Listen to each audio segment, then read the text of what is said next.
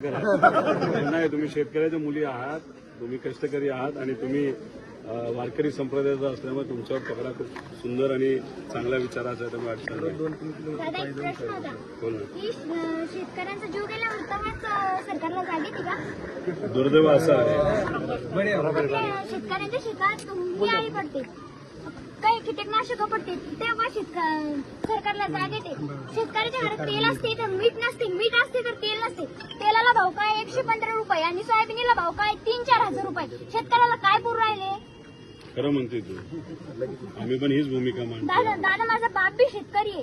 माझ्या बापाच्या घरात तेल असते तर मीठ नसते, मीठ असते तर तेल नसते. वडील आलेत की नाही? गव्हर्नमेंट शाळेत आहे तुम्ही, प्रायव्हेट शाळा आहे. तू जे भूमिका मांडली ती खरी भूमिका आहे.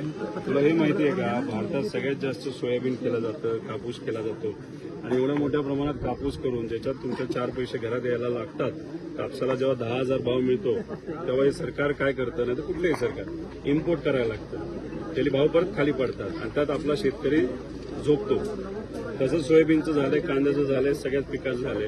तुम्ही जे फर्टिलायझर घेतात तुमचे वडील तुमच्या शेतासाठी तेव्हा टॅक्स असतो. वही आणायची असते दादा, तर पप्पा जर का म्हणलं माझ्या खिशात 10 रुपये नाही तर इतकं वाईट वाटतं.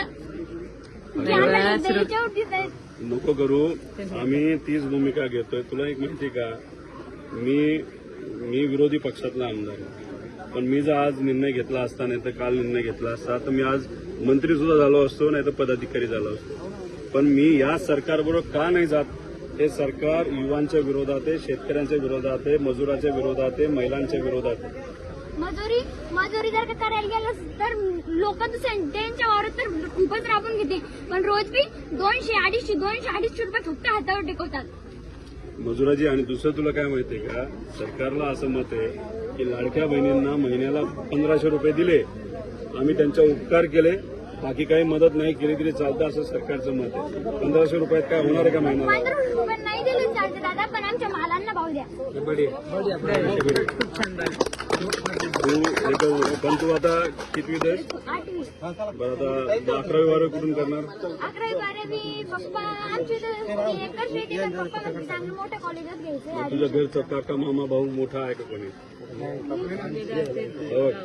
हिचं तू 8वी ना, 11वी जेव्हा जायचं असेल तर बारामतीला शारदा नगर म्हणून शाळा आहे. ही ज्या पद्धतीने बोलते ना, आक्रमक भूमिका घेते, तर उद्या जाऊन ही नक्कीच मोठी, सगळेच बनतील, ही मोठी अधिकारी बनेल. आणि ती बनत असताना आमच्याही त्याच्यामध्ये एक सेवा म्हणून काही मदत, म्हणून ही जी 11वी 12वी आणि नंतर पण तिला त्याच संस्थेमध्ये जर करायचं झालं तर सगळी जबाबदारी मी घेत आहे, असा शब्द व्हिडिओ काढलेला आहे.